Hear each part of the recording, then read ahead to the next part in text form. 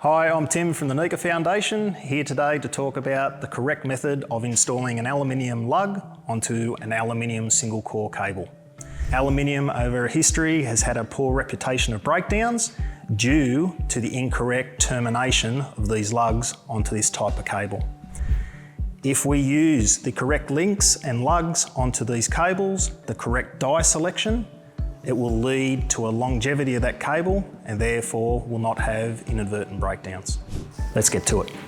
So what we want to do today is put this aluminium lug onto this aluminium stranded cable. We have to make sure that the lug's the correct size for the cable. This is a 300mm cable, making sure that on the die itself, it's got 300mm, and it will give you a die selection on the lug to make sure you can use those in the crimper. The dies themselves will have it stamped either on the inside or on the outside of what size they are. Make sure they are the correct dies for that lug, and then we insert them into our crimping device, making sure that they're sitting all the way in the middle where that red line is, half and half, so you get a good crimp. Insert them as so. So that one's there, top one as well. And there are little buttons on either side that you have to press in. So having them ready to go there like that. Making sure once again that they're both in line, top and bottom, to give you an even crimp. Looking at the lug itself, there is a block that actually joins the aluminium to the copper section. That comes down to about 20mm. So taking a measurement of the length of your lug, this one is roughly 65 to 70 centimetres, or 70mm, sorry, that we have to take off. Measure that onto your cable itself using a knife or a marker pen. Mark that length. Then we are wanting to take off the outer and inner sheath of the insulation by stripping it nice and evenly. Firm pressure as you go around.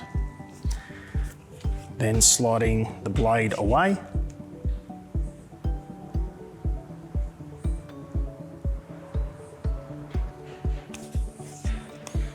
Making sure that we haven't scored the inner part of the cable or conductor. Peel that layer off.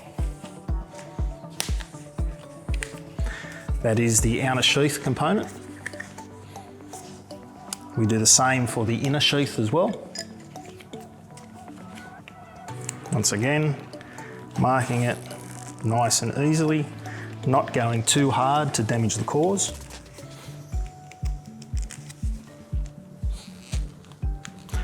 Moving your blade laterally away.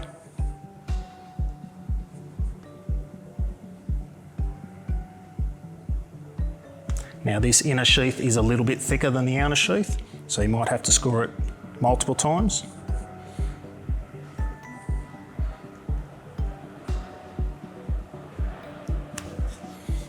Okay, opening up the end, applying a bit of pressure to push it away. Take off that inner sheath. So that's the inner sheath gone now as well. Then looking at the conductor itself, noting if there's any corrosion on the conductor. We'll need to clean it up using a wire brush. Making sure that we're going all the way around the cable. Cleaning off any corrosion, any foreign matter.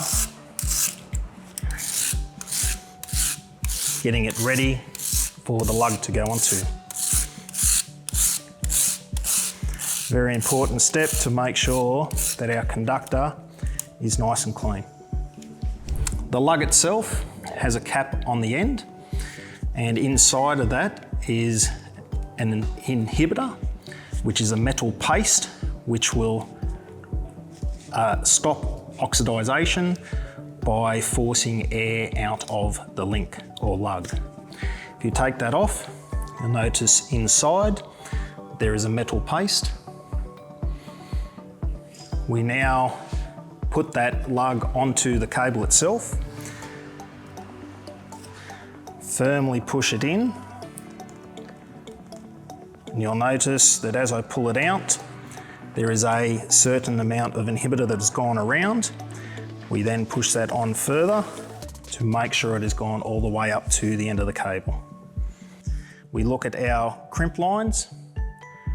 There are 2 on here for the size die that we are using. We are making sure we are lining our crimper up with those lines. The red line there goes into the middle, and making sure that it's sitting in the nest to start with, and then slowly engage the trigger.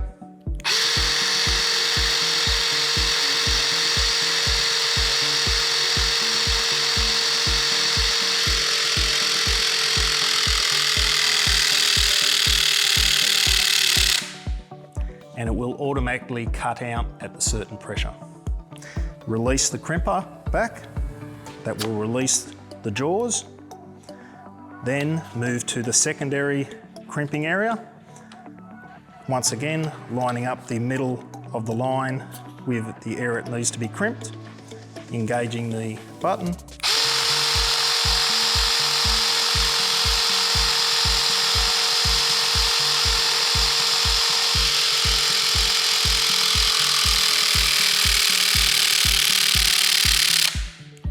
Once we've completed our crimp, we can actually see a bit of the inhibitors coming out of the end of the lug. That is showing us that it's made good penetration and it has forced all the air out of the actual lug itself. We need to clean that off. Slowly with a nice clean rag, wipe it around the edge and take it off as so. Fold that rag over, just give it a secondary wipe, just to make sure that all that paste has come off. Once we have done that, it's a nice firm connection, but we need to put insulation back over this area. We select our bit of insulation. Now on most heat shrinks, there will be a lot of wording and numbers on here.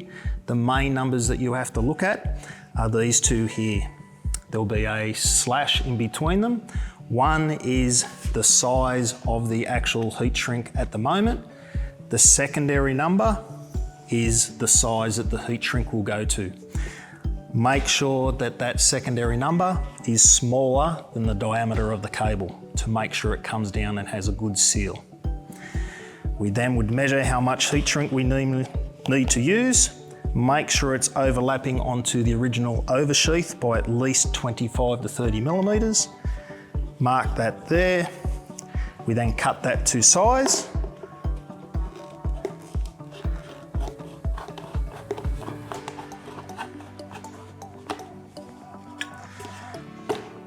Place that onto and over the lug.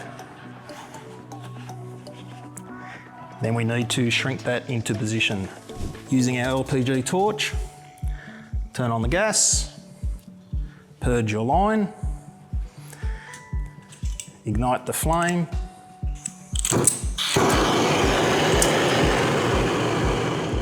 A nice gentle flame, nice at the end there.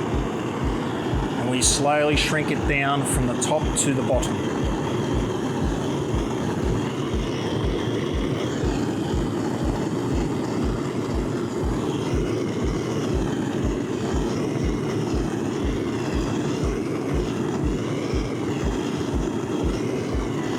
This will seal off any exposed elements,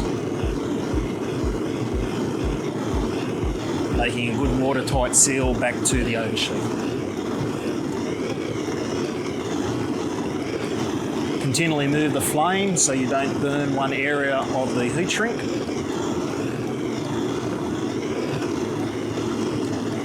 Continue all the way down to the end. Once we've completely shrunk it down, then we would actually go back and bathe the lug a little bit to make sure there is enough heat in that heat shrink to come down to where it should.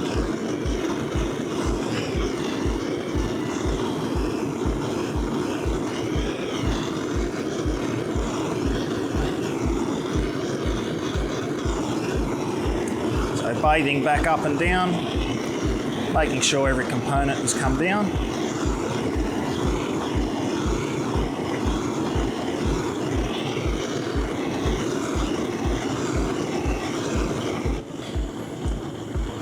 Turn off the gas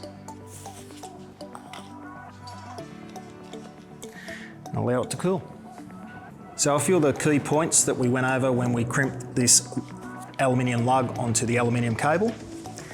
When we look at our crimper itself, and we talked about making sure that our dies were lined up correctly.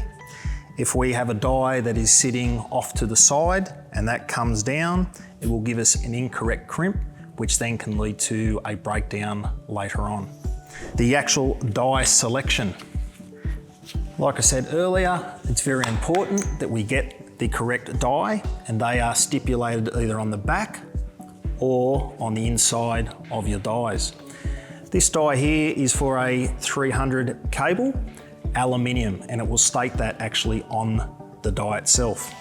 If we have a look at another die, this is another aluminium die, but this is for a 185.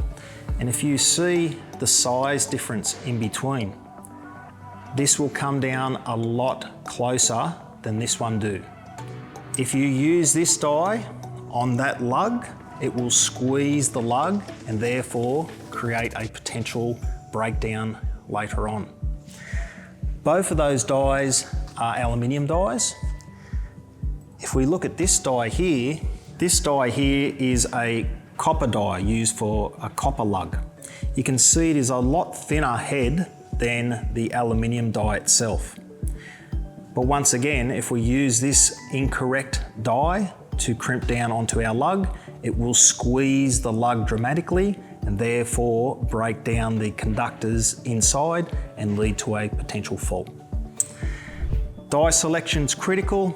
Make sure that the die you select lines up with the lug size that you're going to use on your cable.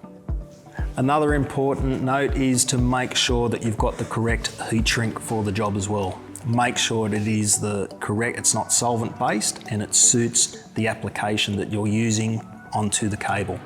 You will notice that there are two sizing on your heat shrinks. The bigger size is the size that it is at the moment. The smaller size is the size that it will shrink down to when you apply heat to it. Making sure that it comes down over the cable and seals correctly, because if it does not seal correctly, you might end up with water ingress into the cable, which will then lead to a breakdown through corrosion.